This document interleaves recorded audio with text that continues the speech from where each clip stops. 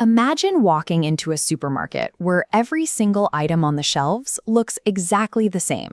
No logos and no colors, just rows of identical white boxes with plain black text telling you what is inside. Think about the actual physical object you're taking home.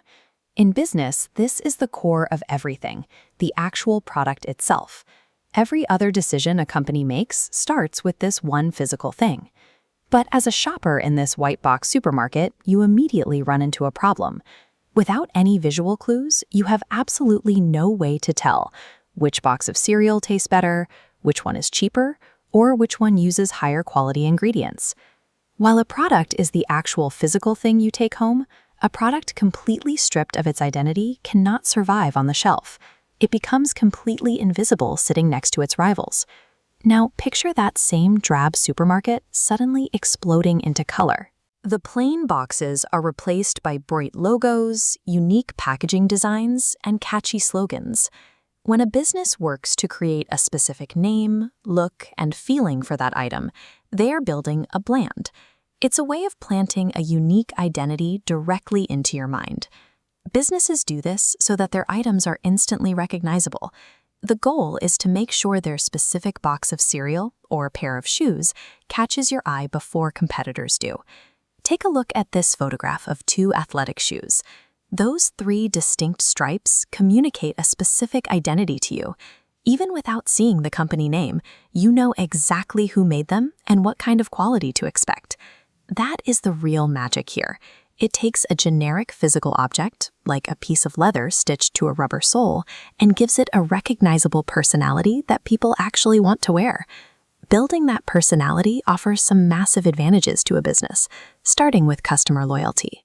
Once people trust a specific image, they are highly likely to return and buy from that same company over and over again.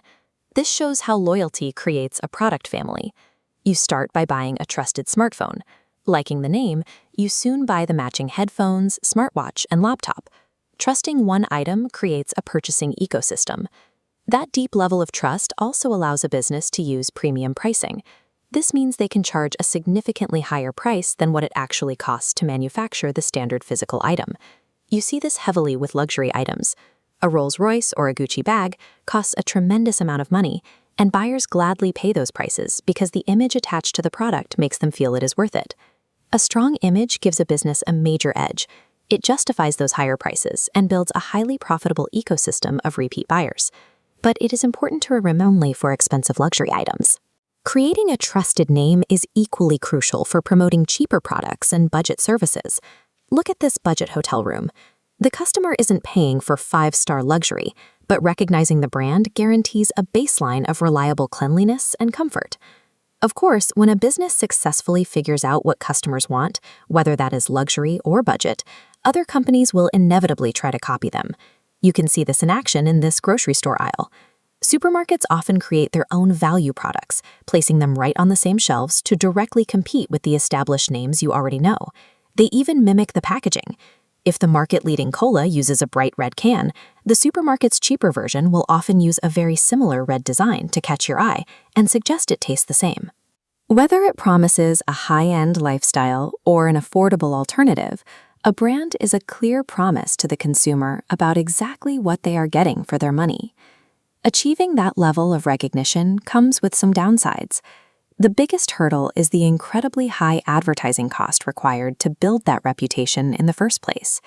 This photograph of a massive billboard being painted by hand shows the sheer scale of the effort involved. Maintaining a name requires constant, massive investments of money and time across TV, social media, and physical advertising. There are also downsides to how a company prices its goods. Setting a high price naturally means fewer people can afford to buy it, cutting out a huge portion of potential customers. And all of that expensive work is highly fragile, like this ceramic mug shattering into pieces. A single highly publicized mistake or a bad product run can destroy a company's good image overnight. Businesses spend millions building their identity and defending it from ruin.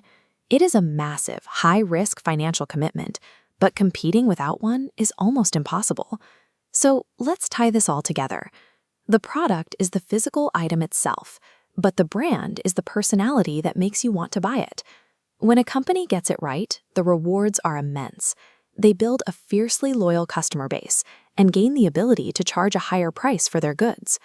When they get it wrong, or when they misstep, they face the harsh reality of wasted advertising budgets and a permanently damaged reputation. The next time you find yourself reaching for a specific pair of trainers or a particular can of cola, pause and ask yourself, are you actually paying for the physical product in your hand, or are you paying for the brand?